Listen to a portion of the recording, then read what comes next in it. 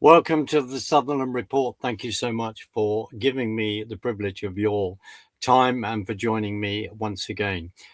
I very often say at the beginning of my programs that I have an incredible guest to bring on, and this time it's even more of an incredible guest, and I'm very honored to introduce you to Brigadier General Yossi Kuperwasser in the reserves, IDF, and I'm going to bring him on now, and then I want to introduce you to him.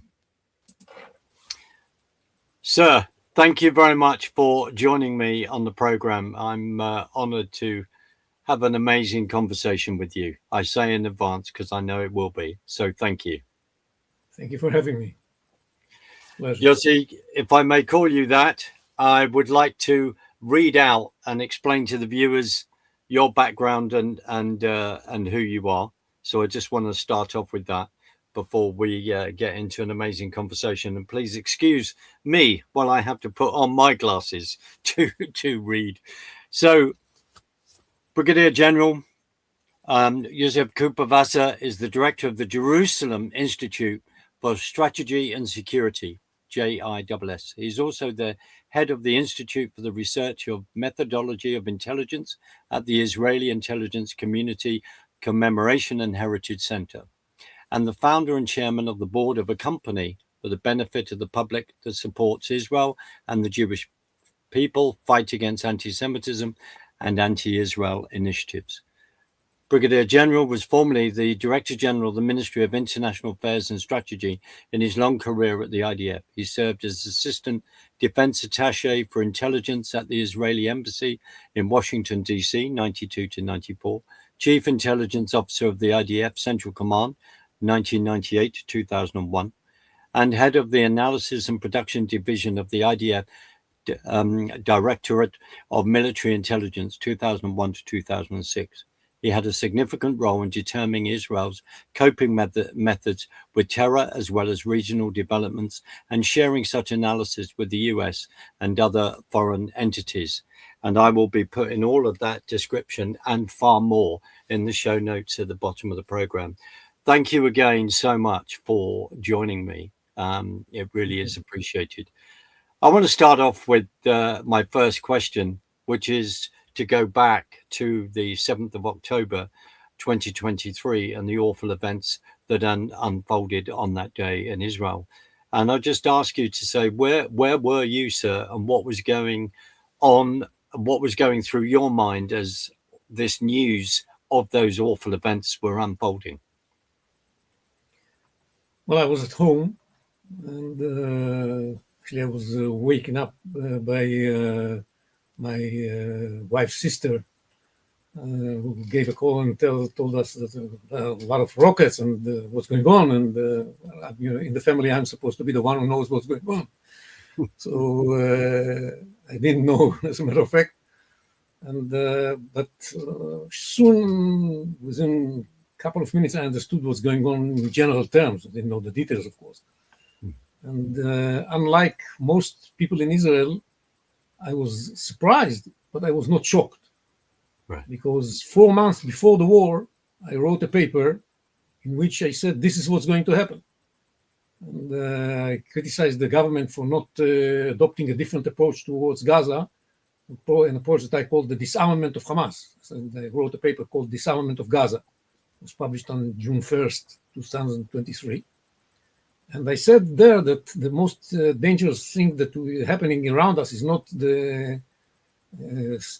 buildup of the capabilities of Hezbollah or the buildup of the capabilities of Iran, which are to worry about and are very dangerous. But the most imminent threat comes from Hamas. And our policy makes no sense because we allow Hamas to arm themselves to the teeth. We don't do anything. At least vis-a-vis Hezbollah, we were carrying out some sort of an operation that was supposed to slow down their build-up, the military build-up. With Hamas, we did nothing. Just were watching how Hamas was building up its capabilities, and we did nothing.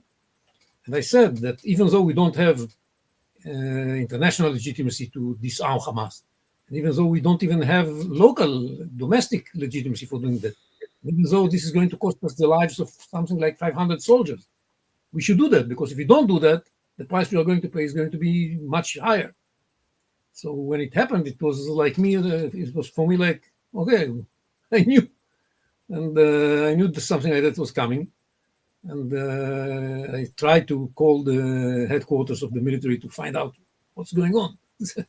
And they didn't know anything. The description I got from them was, in retrospect, I know it was totally detached from reality.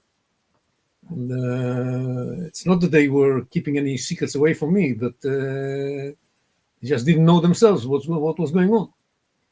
They didn't realize it. For them, it was a shock. For me, it was a surprise. For them, it was a shock. They were in a state of shock.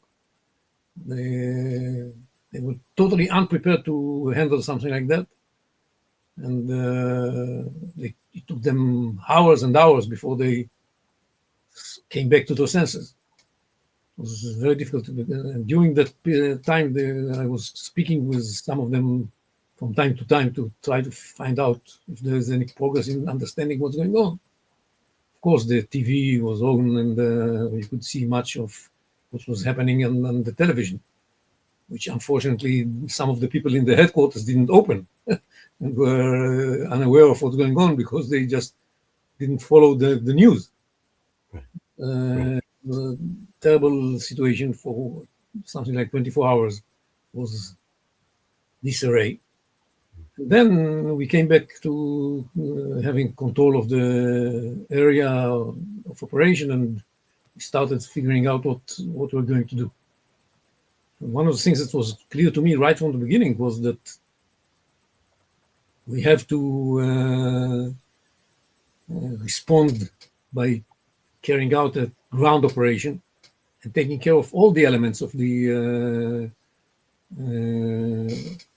Iranian axis, not only Hamas, first and foremost Hamas, but not only Hamas.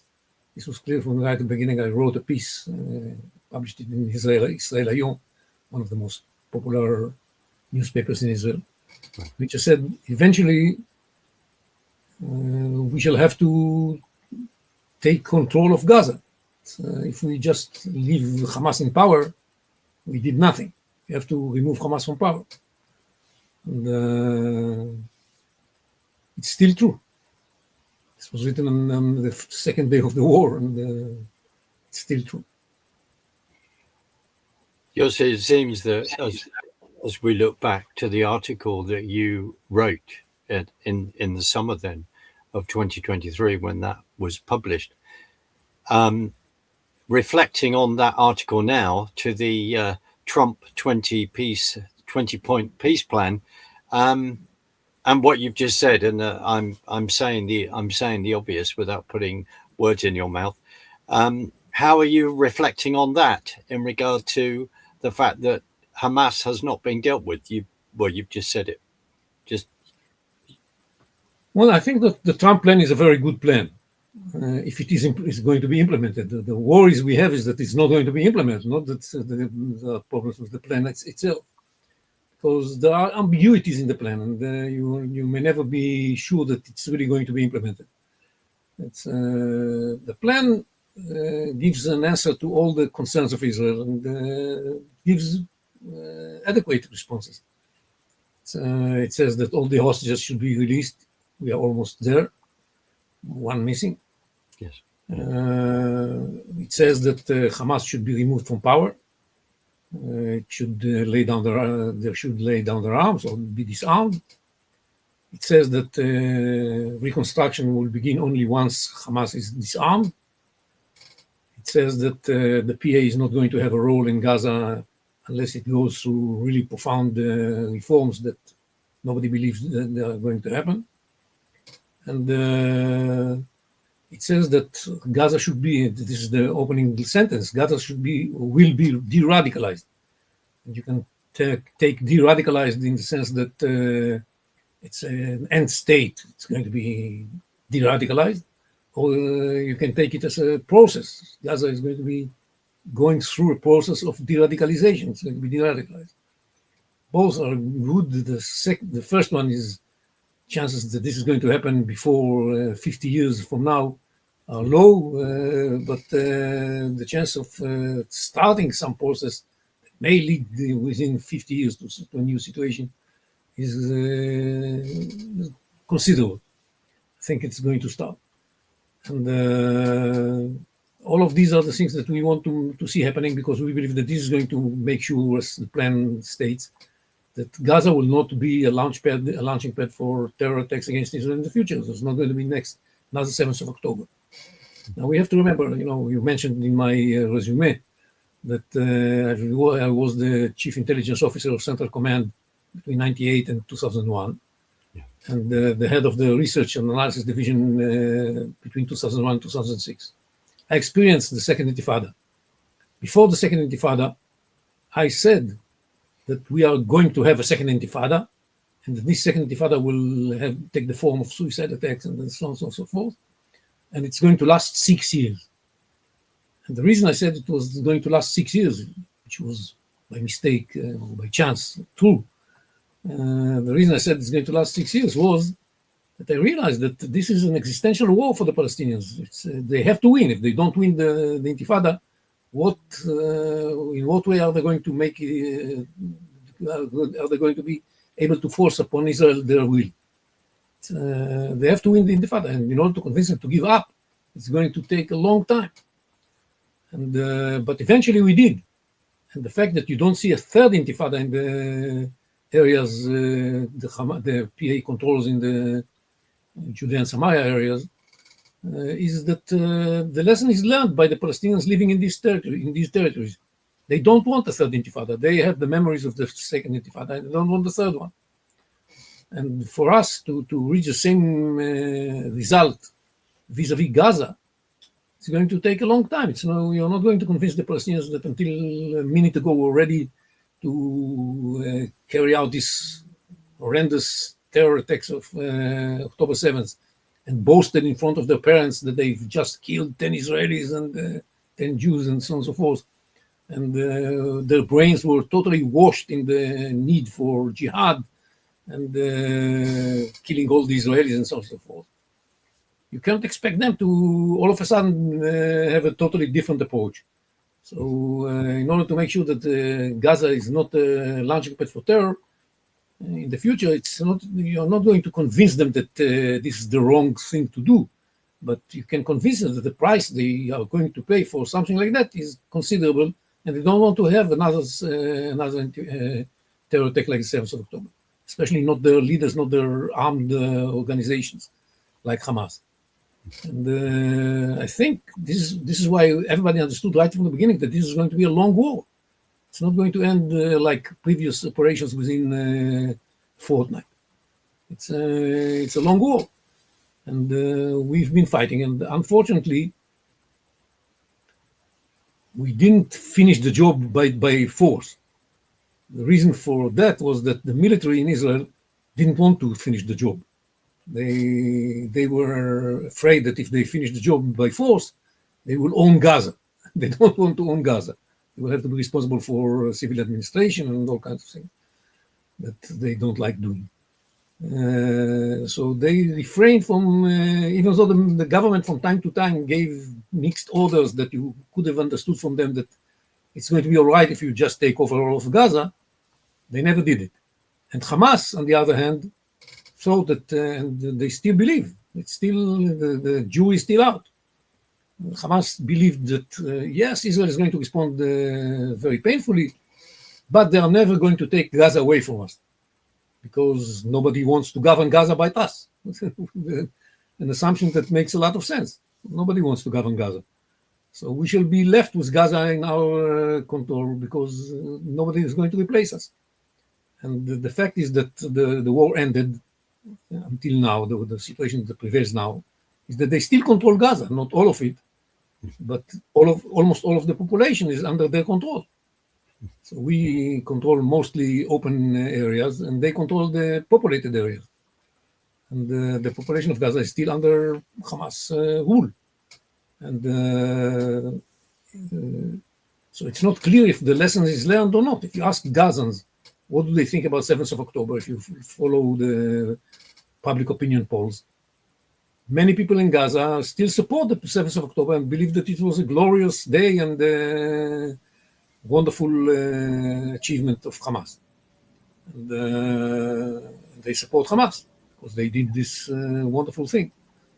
And we are still there. We haven't managed to convince the majority of Palestinians living in Gaza that the 7th of October was a mistake. Definitely, we haven't managed to convince Hamas themselves that this was a mistake. And the real issue that is at stake today is not whether the plan of President Trump is a good plan. It's a good plan if it is implemented correctly. But the main issue left open is how the 7th of October is go down in Palestinian history. Whether it's going to go down as a terrible mistake, or whether it's going to go down as a wonderful achievement, pushing us forward towards achieving the Palestinians' national goals and the Islamic goals and so on and so forth, even though it was achieved while paying a heavy price. As the Hamas leaders say, well, it's not a heavy price. What are you talking about? So we lost some buildings, we lost some fighters, some terrorists, we lost some civilians. This is nothing. You listen to Hamas leaders, they say, well, that's nothing at all. Look at Algeria. Algeria lost 1 million people in their fight for independence. What is 70,000? It's nothing. That's the Hamas leaders. I think it's terrible that they lost them, but they consider that to be nothing. So the debate is still open, and I hope that we shall be able to convince more and more Palestinians, including people from Hamas, from within Hamas, that this was a terrible mistake. In the Israeli withdrawal of Gaza in 2005, where were you at that time? What is your view? What was your view at the time, and what's your view now as we look back and what we're discussing, and sadly all the consequences that happened, as you wrote that article saying, and your concern is we could be losing 500 of our brave members of the IDF at that time, and sadly it's been far more than that of losing the young people. Where were you in 2005 on the whole withdrawal issue? Well, I was totally surprised by Sharon's decision, but I warned the commander of Southern Command that this is going to happen, because the public in Israel lost the appetite of paying the price of defending the settlements in Gaza. And there were several events in which we lost soldiers that were protecting the settlements deployed in Gaza. There was a case in the corridor of Netzarim, where several terrorists from Hamas entered an Israeli army camp and started shooting at the people in the camp. A little bit similar to what happened on the 7th of October. And people in Israel were starting to say, why do we put these soldiers in danger? It's just because of some settlers that are radical and so on and so forth. And I warned the commander of Southern Command that I was at the time the head of the research analysis division in the intelligence. I said, look, this is going to reverberate in the Israeli public. It's a dangerous move. And Sharon decided to take advantage of this new attitude in order to justify the withdrawal, disengagement, as he called it, euphemism for withdrawal. And they made many mistakes while doing that. It was clear that this is going to be wind blowing in the sails of terror organizations. It was clear because it was done not because we came to the conclusion that actually they should have it, but because of the terror that was carried out at the time. And this was a terrible mistake. We warned about that, but Sharon made up his mind and moved forward, and he made several further mistakes, like, for example, the decision to leave the Philadelphia corridor so that weapons could flow uninterruptedly from Egypt to Gaza Strip. And that's exactly what happened. Sharon thought that if we withdraw from Philadelphia, from the border area with Egypt, then we shall be able to convince the world that we are not the occupier of Gaza. And I told him, look, Prime Minister, it's not going to work. Whatever you do, the world feel comfortable looking at you as the occupier of Gaza, whether you occupy it or whether you don't. And it's not going to change much. When, on the other hand, a huge influx of weapons are going to come from Egypt if you don't deploy our forces along the border. He ignored me, and not only me. And we moved in this direction. And of course, what happened was an unbelievable amount of weapons came into the Gaza Strip. Look, we are fighting against Hamas for 2 years now. There's no shortage of weapons in Hamas. They don't have many rockets left, but personal weapons and other weapons, they have plenty. It's unbelievable.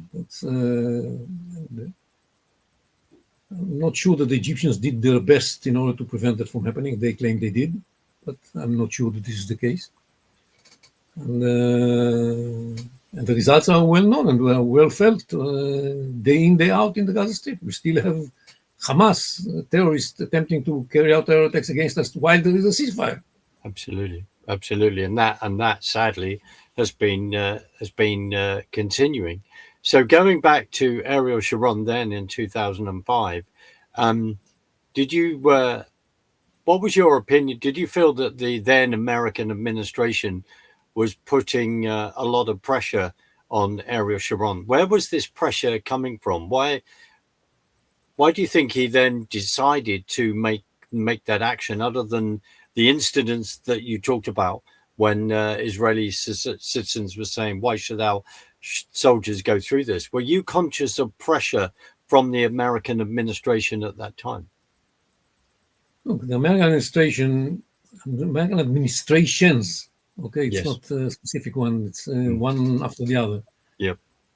Most of the time were part of this dream about solving the Israeli-Palestinian conflict.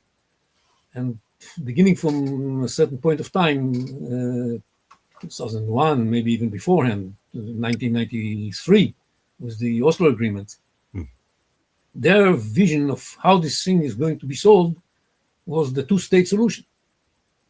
And they were hurrying to force the parties to go in this direction because they believed, why waste time? Let's have a two-state solution. And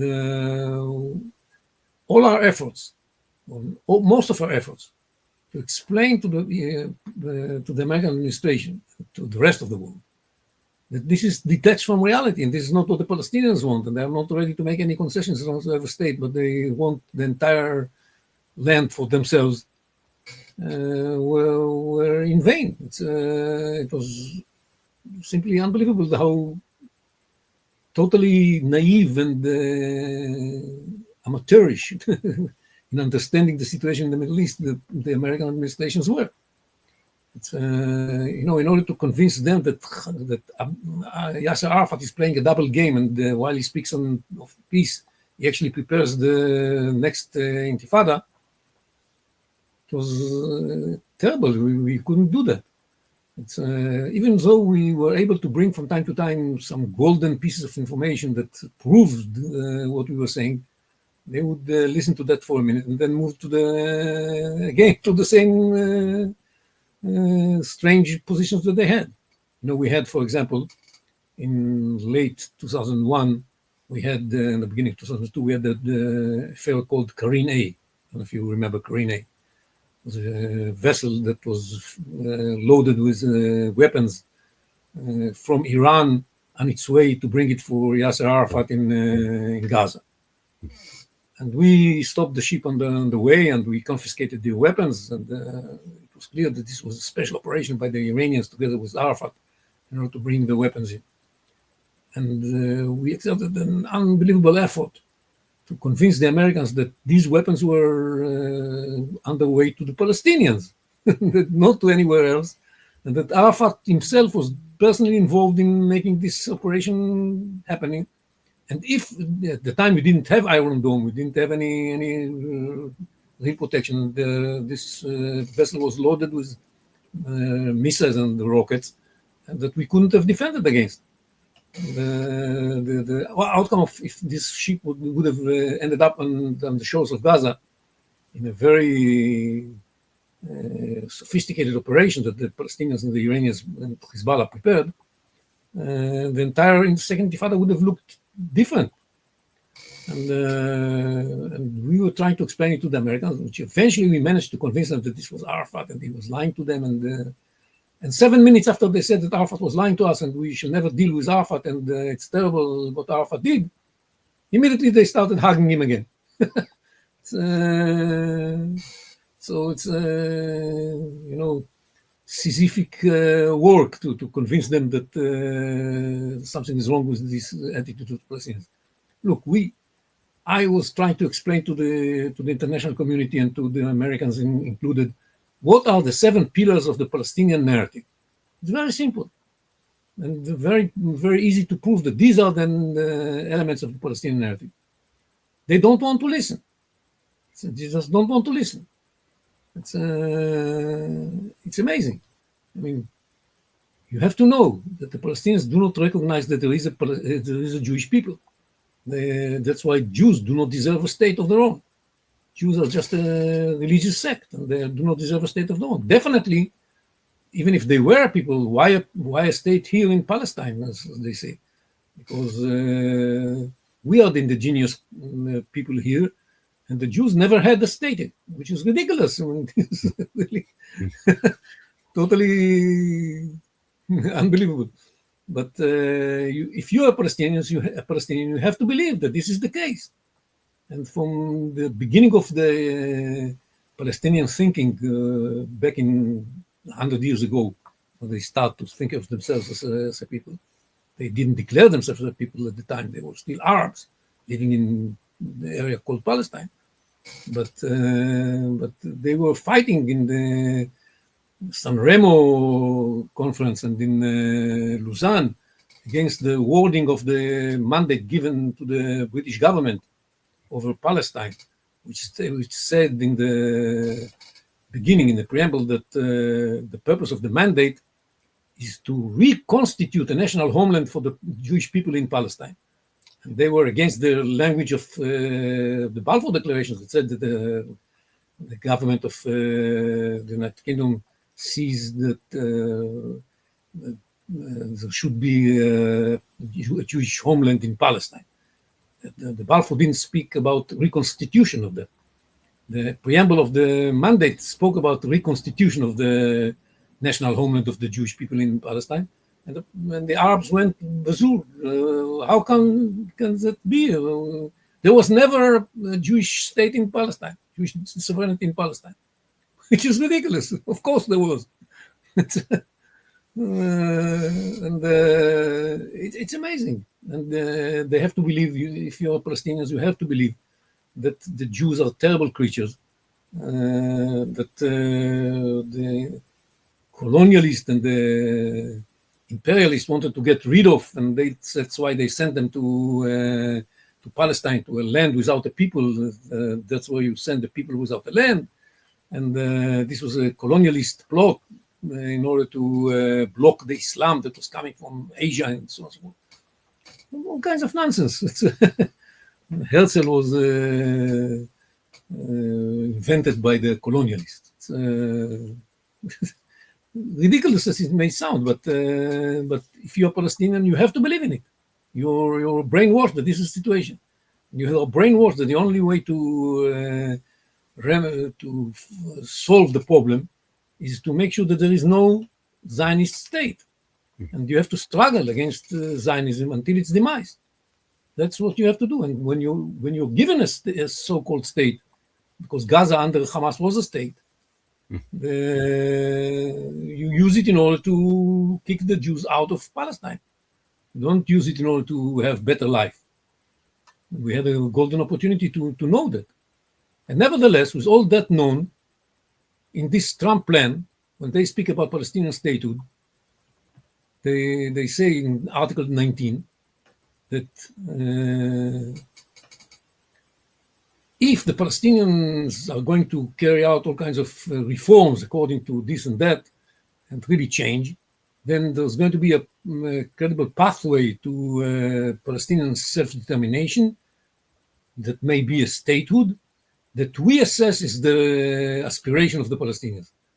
It's not the aspiration of the Palestinians. It's what you want to believe is the aspiration of the Palestinians. It is not the aspiration of the Palestinians. The aspiration of the Palestinians is that Jews will disappear from this piece of land. And some of them would like Jews to disappear at all.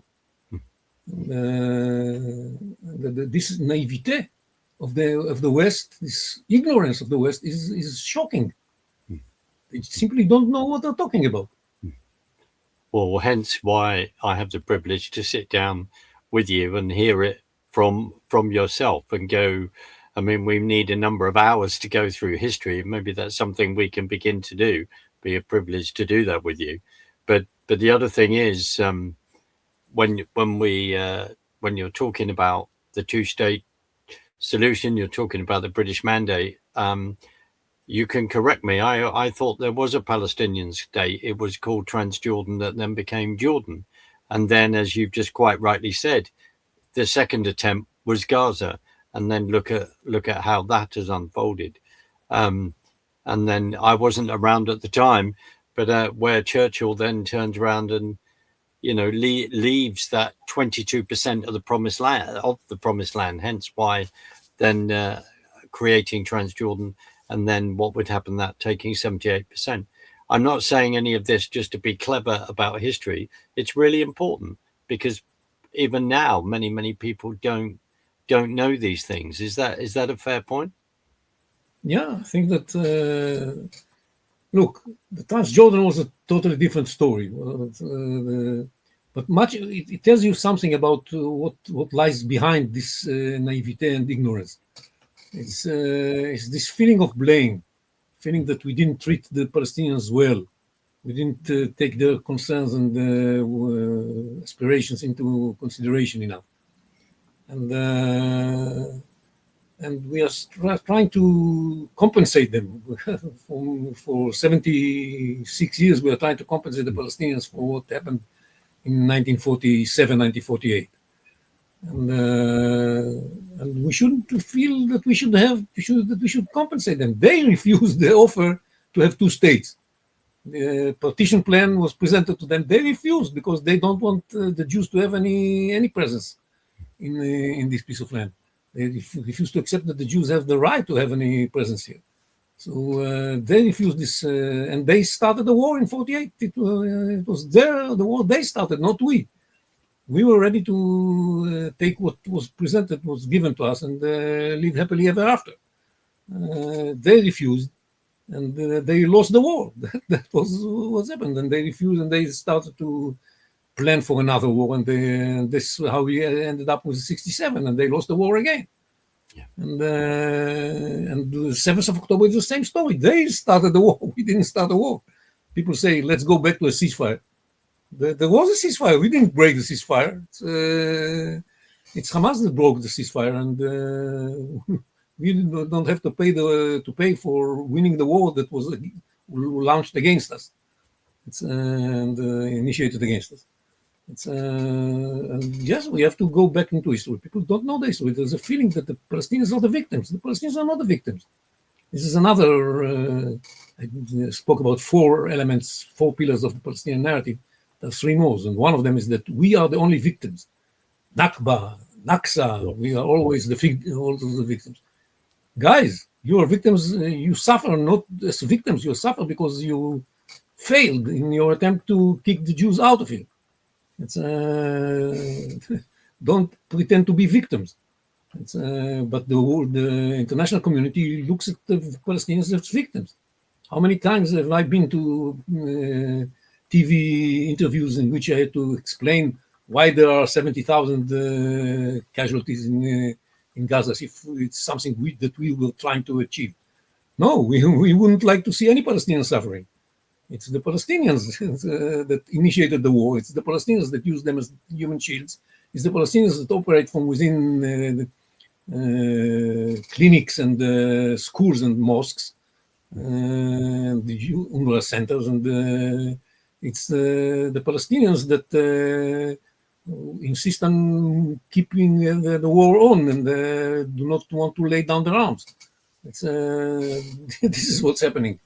Now, I think many Palestinians know that Hamas is to blame for that, but some of them really are furious with Hamas, and some of them are in the opinion that this is the right thing to do because their brains were washed. And, if you look at the Palestinian textbooks and the Palestinian environment as a whole, they're bombarded day in, day out by messages that tells them that this is the right thing and that you should be proud for sacrificing yourself in order to promote the ideas that lie behind this ideology. So they think this is the right thing. That, they don't have any complaints for losing their lives in the context of the war against us. And the Palestinian Authority, it's not only the Hamas, it's Palestinian Authority is responsible for this just as well. And they pay salaries to terrorists who are in Israeli jails. They pay salaries and stipends to the families of the deceased terrorists.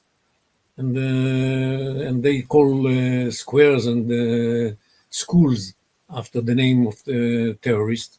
And that's why when you want Palestinians to carry out terror attacks, there's no shortage of these, because the brainwashing prepares them to react positively to any call for terror attack.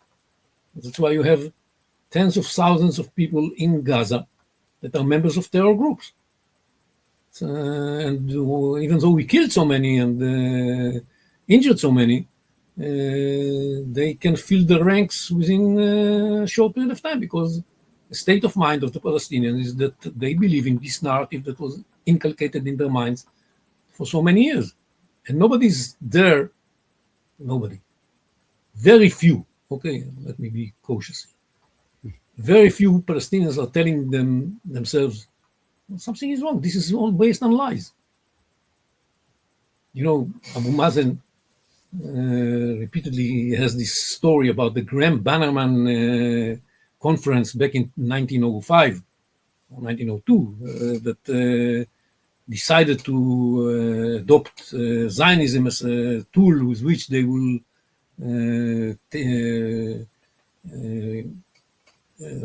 expand colonial power in the Middle East and get rid of the Jews at the same time. Two birds with one shot. And I read an article in a Palestinian paper saying this is nonsense. This is not true. The Palestinians themselves criticize Abu Mazen for repeating again and again a story that has nothing to do with reality. And but these are very few people. If you can count them on one hand, of people that are Palestinians. I tell you a story. Once I met a Palestinian scholar who was also a politician. And I said to him, look, why do you repeatedly say that there was no temple? The Palestinians are not allowed to say in the context of refuting that there was a Jewish sovereignty in Palestine. They are not allowed to say that there was a Jewish temple on Temple Mount. Whenever they speak about this temple, they have to say the alleged temple, maz'um in Arabic, maz'um.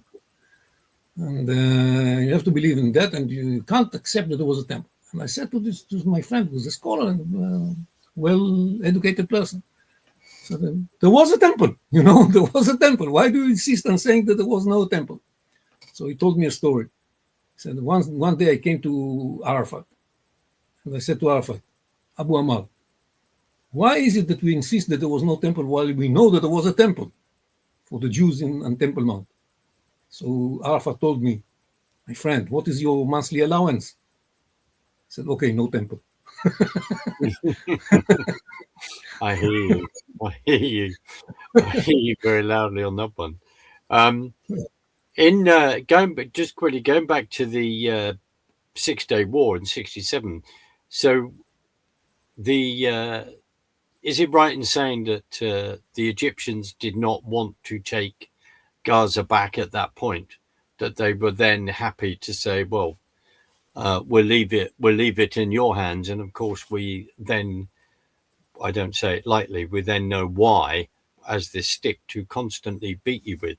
Is that a fair assessment as well? It's a fair assessment. It's not that I know that this is the case, but it's a fair assessment because nobody wants Gaza. That's not even Israel. Nobody wants Gaza. The only people who are ready to control Gaza, to run Gaza, are Hamas. Yeah. Fatah tried, and they failed. They were kicked out by Hamas in a very rude way. And that's why our policy until October 7th made some sense. It was not totally wrong. We thought that we can, the mistake we did was that we thought that we can tame the animal. You cannot.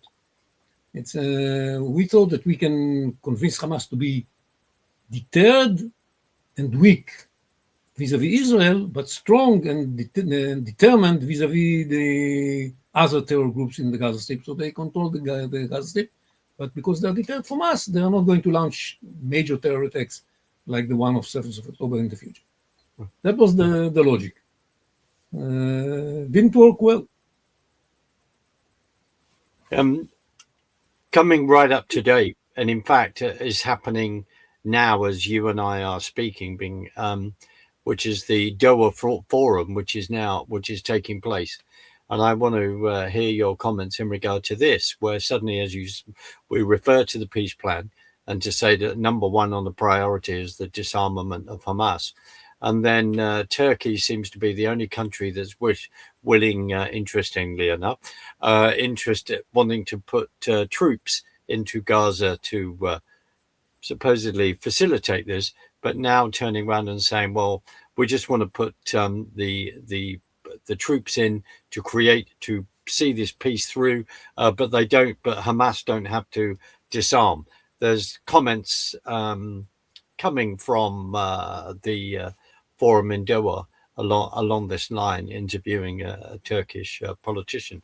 What are your thoughts on that, please, sir? Well, I don't think that Turkey and Qatar really want Hamas to disarm. They are totally fine with Hamas staying in power, because Hamas is a special case. Hamas is at the same time a part of the Iranian-led Axis.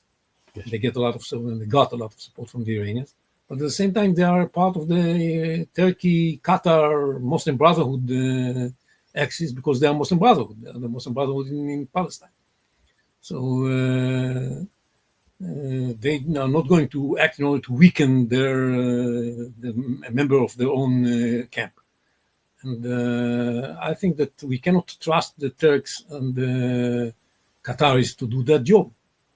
It's either Hamas is going to disarm voluntarily, which I really doubt is going to happen, and it can happen only if the people of Gaza are going to start moving on Hamas and telling them, disarm. You have to disarm. And we believe that we can move in this direction by preventing any kind of reconstruction in the areas under Hamas control, so that the people of Gaza are going to be fed up with them. But it's not easy. Or that Israel decides to take action and disarm Hamas, which is a possibility, and some people in Israel are in favor of that, but some people are saying, well, we fought a long war, we can stick to the situation for a while. Eventually we'll do that, but not tomorrow morning. And I'm afraid that if we don't do it tomorrow morning, then this is going to be the new reality in Gaza. Yes, there's not going to be reconstruction in the areas controlled by Hamas, but Hamas is going to rule them for a long time. And this is what the Qataris and the Turks have in mind, and they have articulated it in this Doha Forum and elsewhere. So we cannot trust them. I hope we shall never accept armed Turkish or Qatari presence in the Gaza Strip. This is a recipe for problems and confrontations in the future.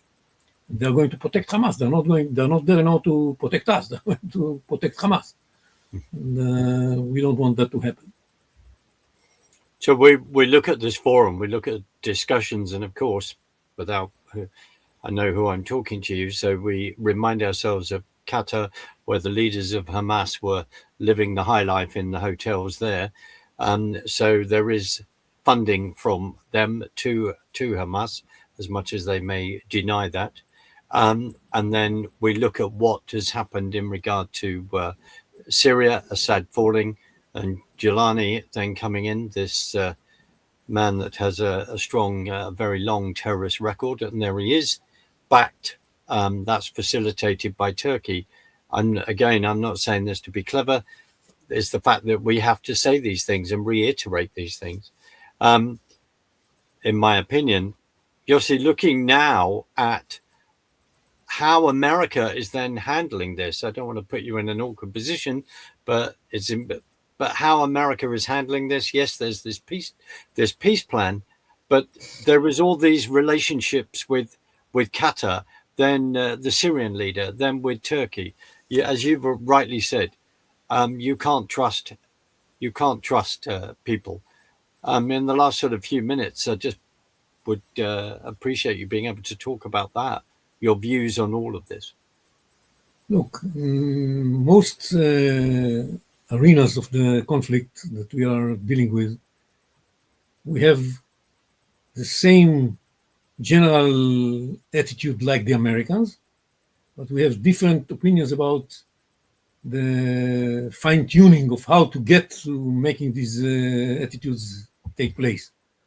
And you can focus on the full part of the glass, or on the second half. It's the truth is made of both. In the case of Syria, we want stable Syria. We want Syria that is not doesn't serve as a place where terrorists can operate. And we definitely want to make sure that even if they are there, they are not deployed in the southern part of Syria next to our border. Yeah. We want to make sure that Syria doesn't serve as an area through which weapons can flow from Iran to Hezbollah. And we want to make sure that Hezbollah and Iran are not deployed in Syria. So on all of these issues, I think we have a common interest with the Americans and with the Shara government as well. But we don't want them to be too much relying on Turkey, and we don't want the Turks deploy inside Syria. We definitely don't want them next to our borders. So this is a point of friction, and the Americans are less worried about Turkey and Qatar. Well, let's face it, they are less worried about especially Turkey, and they are more willing to let them carry out all kinds of missions in everywhere, which is in my mind dangerous. They totally ignore what's driving Turkey. It's not Turkey is not a force to improve the conditions for the West. This is not their concern, and it's a big mistake. The same in Lebanon with the question of what needs to be done in order to convince Hezbollah to disarm.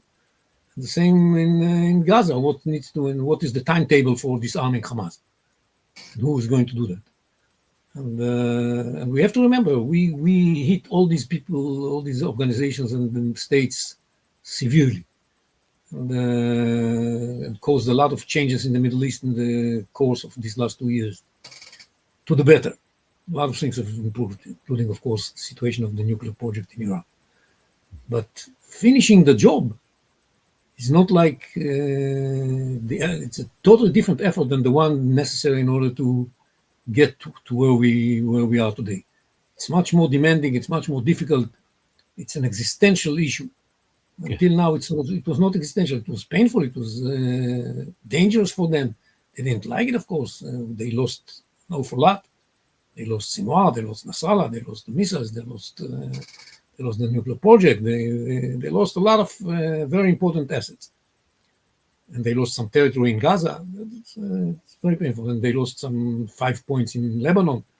and totally new rules of the game were established compared with the rules of the game that prevailed before 7th of October.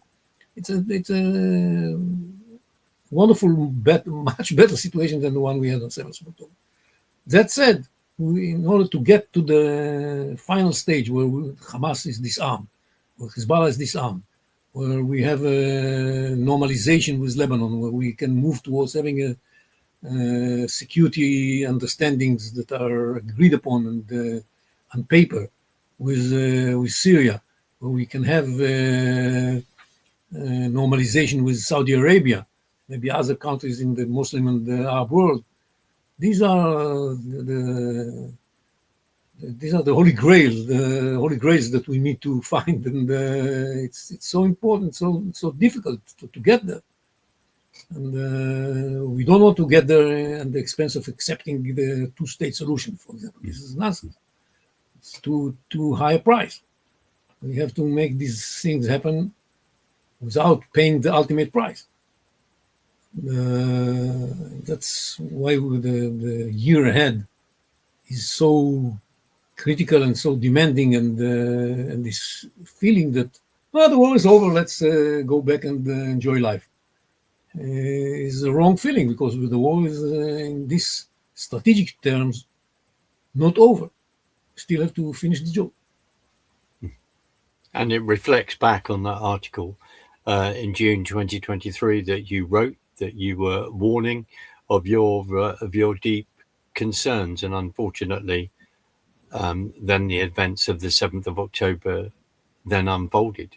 Where does for the Jerusalem Institute for Strategy and Security, Yossi, what are the next moves? What's the information that you're pushing out? I don't go certain details, e.g., are you meeting with people to try and say you need to look at this? Do you feel people are listening to you right now? We meet with a lot of people, and a lot of people are listening carefully. Right. Just had a meeting with the government, and I hope they were listening. Well, they were listening. We are working hard on covering this entire space that has to be researched and coming out with really sound understandings of what needs to be done. Right. And what we are saying about the JCPA, the JISS, is that it's a realistic think tank. We are connected to reality, don't dream. And not that others do, but we are, this is the candle that gives us the light where to go. Stay connected to the reality. And for many, the ability to listen to us is opening the eyes, and it's an eye opener, and say, oh, that's the case. Oh. And the power we have is because the people working for JSS are the most experienced ones that you can get. We have two people that were directors of the Military Intelligence Research Division. One of them was also the head of the Israeli National Security headquarters, we call it, the advisor for the Prime Minister for Security. And these are the people that you can count on. And we have a lot of experts on each and every topic that is on the agenda. And, a lot of information flows in and processed and comes out as research papers. And there's a lot of interest. I must say that the number of people that visit our website is growing steadily and profoundly. And we have a lot of following. Very important, because this battle over the minds reflects also on the battle of the hearts. For those who want to listen, for those who want to learn, it's very important. And more people understand that they don't know enough, and they're ready to listen and learn. Yossi, I'm sorry to cut in, because I'm going to have to end this amazing conversation. And I just want to thank you so much for this incredible conversation and for joining me and for you giving me your time. So thank you, sir. I'm going to play us out, and then I'll say goodbye to you on the other side, if that's okay. And also to say, at some point at your convenience, can we do this again? Sure, why not? It'd There's be still great. much to cover. There is so much to cover, and I'm sorry that in one sense it's been a sort of fast canter through things, but there is so much to cover, and I'd love to discuss that with you, to say let's focus on various things. Yossi, thank you so much, and thank you so much to everyone for joining us for an amazing conversation. And I'm just going to play us out. See you next time. Thank you.